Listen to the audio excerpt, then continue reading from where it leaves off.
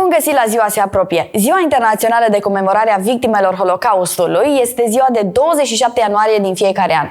Cu toate acestea, 70 de ani mai târziu, antisemitismul și negarea Holocaustului sunt în creștere. Despre această sărbătoare au discutat în Raport European Thomas Handel, alături de Katharina von Schnurbein, coordonatorul Uniunii Europene pentru combaterea antisemitismului, și Antonio Lopez Isturiz White, membru al Parlamentului European. Haideți să urmărim împreună Raport European.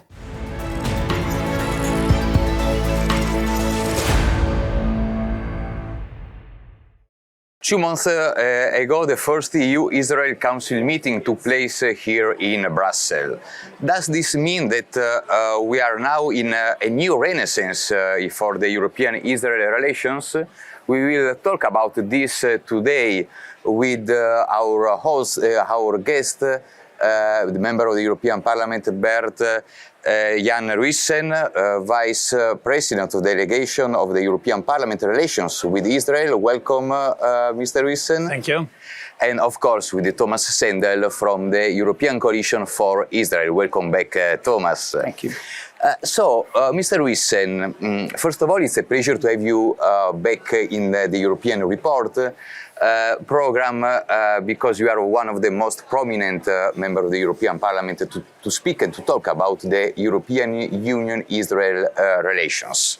So, after the renewal of the EU-Israel Council, are all the difficulties between the relations between the European Union and Israel back and all the difficulties are finally behind us? Or we still be very cautious about this kind of relations?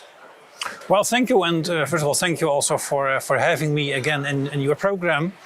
It's a pleasure for me to be here and to discuss indeed about the main topics in relation to the relation between the EU and Israel. And also thank you for raising this important question about the Association Council. Because here in the Parliament we were very active on that, and together with different colleagues here in the Parliament we urged indeed the Council to reconvene the meetings, to restart the meetings as soon as possible. We asked that again and again. So we are very happy that in the end indeed the obstacles were removed and that the meeting at the highest political level, the meeting of the Association Council took place. Your question is, does that mean that now all difficulties are let's say, solved? Well, and can we see this as a kind of a new renaissance? Well, I see it as follows. I think this is a real important and a crucial step, let's say, in the right direction. Because the council meetings at the highest political level, these meetings are really crucial for, let's say, further developing the ties and the relations between the EU and Israel. But on the other hand, indeed, we have to realize that the EU is still blaming Israel, blaming for, let's say, the lack in progress concerning the peace process. In my opinion, that criticism is one-sided and is unjustified. But yeah, we have to realize these difficulties are still on the table. And that will also, I think, continue, let's say, to affect the relations between the EU and Israel. But the fact that there's now we had now a meeting of the Association Council that shows indeed that there's a willingness from the EU, let's say, to meet at the highest political level. That's a very, let's say, important step, and it shows that, let's say, the conflict between Israel and the Palestinians is not any longer, let's say, a reason to suspend these kind of meetings. So therefore, I'm really happy with the meeting of the Association Council, and let's hope that it is let's say a starting point for, let's say, organizing more on a regular basis the meetings of the Association Council, in order to force and to stimulate, let's say, the relation between the EU and Israel. It's a positive first step, let's say. Yes, indeed. Sure. A lot should have been done in the future That's as well, clear. That's but clear, yeah. it's a positive first step. Because there are so many areas where Israel and the EU has the same interest, and where we can cooperate in the field of innovation, in the field of research, and the field of energy. We need more Especially energy, now, yeah. especially now, speaking about the gas and so on. So, yes, we need each other, and let's realize that Israel is the only democracy in the region. So there are reasons enough for a more close and more to Stronger relations, yes. Yeah, with Israel. Yeah. Thank you very much. So it's a positive first step. But Thomas, while we are meeting here at the European Parliament, there are negotiations for the formation of the new Israeli government. Led by Benjamin Netanyahu, one of the most long-serving prime minister in the history of Israel.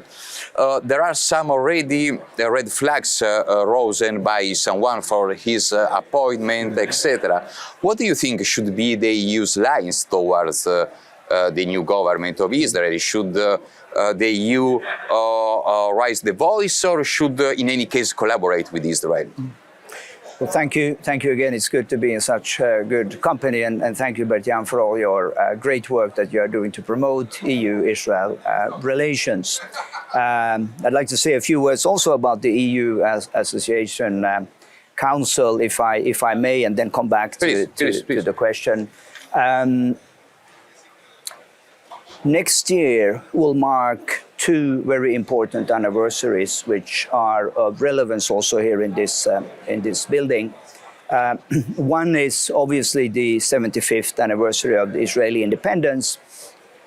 The other is the 50th anniversary of what could be described as the first time that the European Union or European community at the time agreed on a common policy towards the Middle East. On the 50th anniversary, it's very sad to realize that when the European member states finally came to an agreement, it was under circumstances where they didn't have any other choice. This was the Yom Kippur War, this was the oil embargo.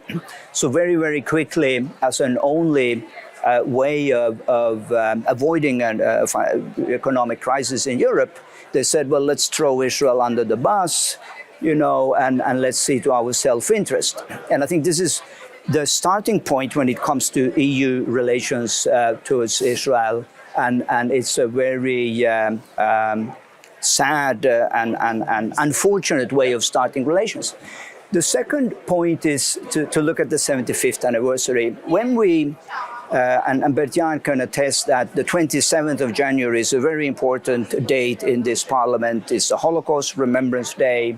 We mourn the loss of 6 million Jewish lives during the Holocaust, and the EU should have kudos for giving this day such prominence. But I think there's another date that should be given equally prominence, and that is the 14th of May in the Gregorian calendar, which is Israeli Independence Day, because there is a distinctiveness with the Holocaust that we have acknowledged, but there is also a distinctiveness with what followed only 3 years later, that Israel, the Jewish people, after 2,000 years being scattered around the world, finally could find their safe haven. This should be celebrated here in Europe, in the heart of Europe, on the 75th anniversary.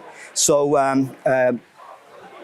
Council association meeting is a good first step, but I think there are some fundamental problems that we have to come at the grasp with. So sorry to going it's back. A good point. It's an interesting point. Yes.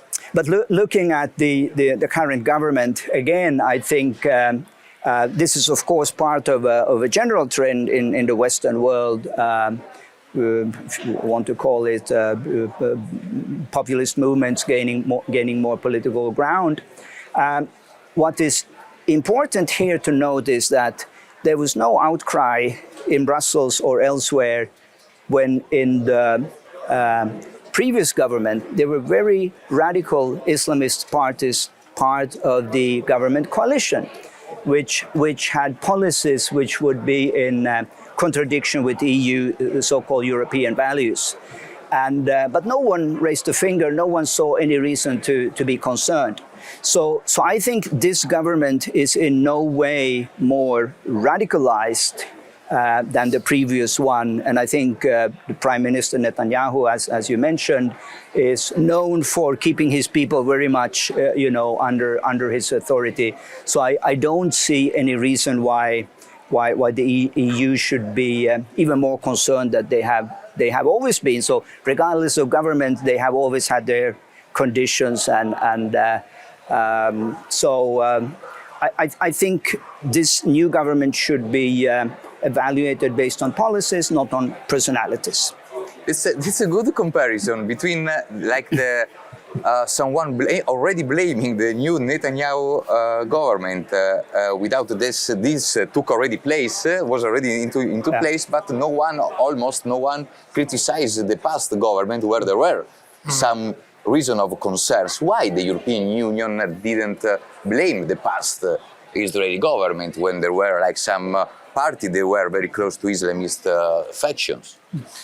I think speaking about, let's say, the former government in Israel, I think one of the positive elements that the EU saw was the fact that, let's say, different political parties with a different political backgrounds work together. Also parties who represent the Arab community. And that was, I think, a positive element of the former coalition. Speaking about, let's say, the new government, I think it's important, let's say, to judge a government not just based on assumptions, but we have to judge a government on his actions. Mm-hmm. So let's see what the new government will do and what the new government will bring us. And what I hope indeed is that we will come now in a more, let's say, stabilized situation in Israel. We saw the last years so many elections, and the situation was quite unstable, and that was not good for Israel. But that was also not good, let's say, for the external relations. Of course. It was also, let's say, for us difficult to create, let's say, a stable relation with Israel. Yeah. We, as, let's say, delegation for the contacts with Israel, we have to negotiate with members of the Knesset. But every time we have to deal, let's say, with a new Knesset, and we have to build new bridges, and we're always willing to do that. But what I like to stress is the importance of let's say, having a more stable situation in Israel, and I hope indeed that also the new government, and I think there are great opportunities. But let's hope that also under the new government we can go further with, let's say, strengthening the relations and to build bridges between the EU and Israel. Exactly, and especially creating bridges between Israel and the European Union. Still the world is shocked by the Russian aggressions in Ukraine. How the war changed the EU-Israel relations, if it changed?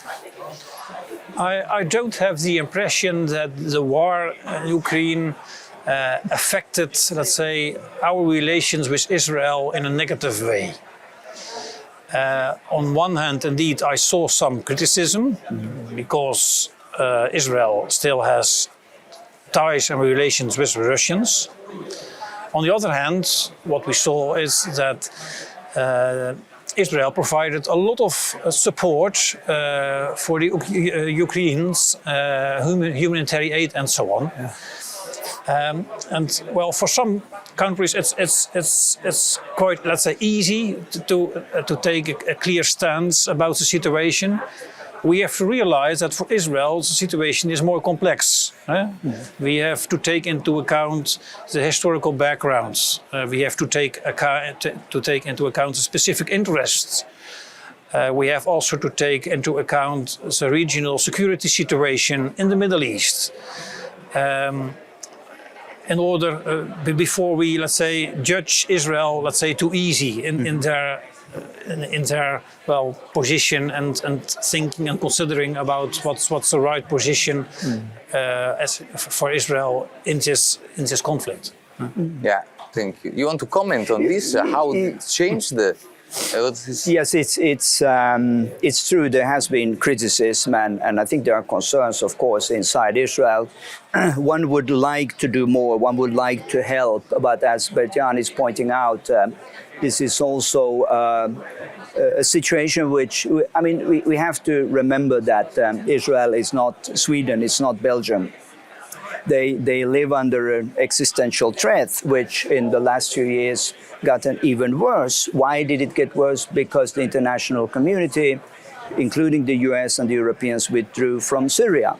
So now you have, in fact, the Iranians with full access to Syrian territory and the Russians controlling the airspace.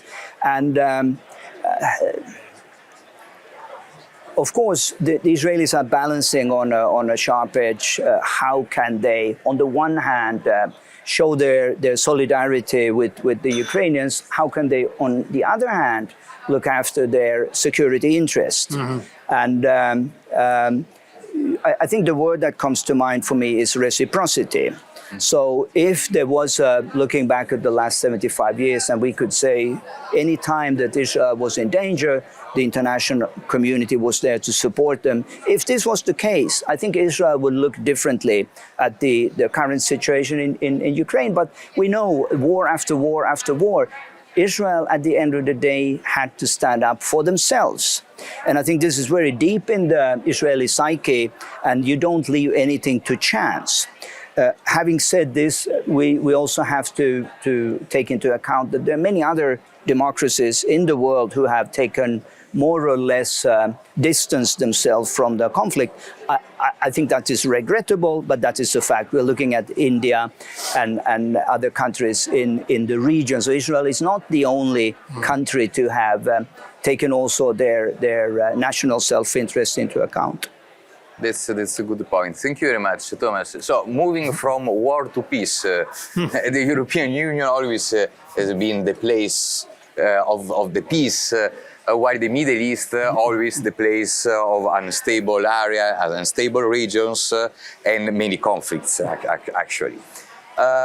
So that's of course that brings us to speak about the Abraham Accords and historic opportunities to bring peace in the area with the normalization between Israel and the relations between Israel and certain states of the area, the region. Why do you think that the EU missed this historic opportunity to put forward its soft power to bring peace in the area? What the EU could do more to bring peace or to implement the Abraham Accords, for example? Yes, again, I said it before on this show, and I say it again, that this was a missed opportunity for the Europeans, and there's a lot of catching up to do. But again, I don't want to be hypercritical of the European Union. We have always applauded the work that is being done to combat anti-Semitism, not only in Europe, but around the world. But I remain a skeptic when it comes to Israel's, the EU's influence in the Middle East. And to reiterate what I said earlier in the program, because it starts on a false premises 50 years ago, to just give in to appeasement and not look at, who is our closest ally in the region? Which country is the only one that share our democratic values? There's only one country. So the fact that the Abraham Accords came about with the wrong leaders involved is still something that I think Brussels is trying to come to, find a way out of the dilemma. I do hear, and Bert-Jan would be the best person to comment on this, that there are plans in Brussels within the Parliament, but also within the European institutions, to see how the EU could have a more active role in what they would call, not necessarily Abraham Accords, because that is giving credit to the wrong leaders, but in the normalization process. I wrote an op-ed just the other week under the title Normalization is Modernization, and I made the case for Indonesia actually, because what we see, and I think what we will see in the next few years, is that more countries, not less, will join this camp of peace and normalization. And I think this is the best precondition for seeing a breakthrough in the negotiations between the Israelis and the Palestinians. If we see more people, more countries being part in this normalization process, at the end of the day, the Palestinians will just have to join in, and that's, of course, something that we all hope for. Yeah. Mr. Ruissen, what the EU should do more to reach stability in the area? Should the European Union change the name to the Abraham Accords? So how the EU could use its soft power to reach peace? It is a word that a lot of people are using, but not a lot of people are doing something to reach it. Yes, well, Thomas was talking about a normalization of relations. I think that's crucial. Huh? The first thing. That's the first things we have to do. The old narrative of the EU is always without peace with the Palestinians, peace in the region is not possible. That's the old narrative. But the Abraham Accords shows that this narrative is wrong, because these countries, also the Arabic countries, has shown that it is possible to normalize the contacts with Israel, and that the conflict with the Palestinians is not, let's say, anymore an obstacle to normalize the relations. So I think also the EU has to change their mind on that, and we have to realize that the reality on the ground is that we have to deal with the Palestinian Authority, which is not democratic. The state is not viable. It's not realistic to think about a withdrawal of the Israelis from the West Bank and East Jerusalem. That's not realistic. Realizing that in the Palestinian areas terrorism is supported and so on. So that's a reality, but that don't mean that we cannot build bridges. The opposite is a fact. There are possibilities to build bridges with Israel and to support, let's say, also the Abraham Accords, to be more active in the Abraham Accords, and also to strengthen the relations, the bilateral relations from the EU with Israel. Like we started this interview with let's say the Association Council. I think that's a good example of how we can play, let's say, an important role as EU, also in bringing more peace in the region. Thank you very much. So there is still room. So there is still hope. This has been the European Report. My name is Marco Gombacci. We are about to end this program. Thank you very much, Mr. Ruissen. Thank you very much, Thomas Sendel. See you next month.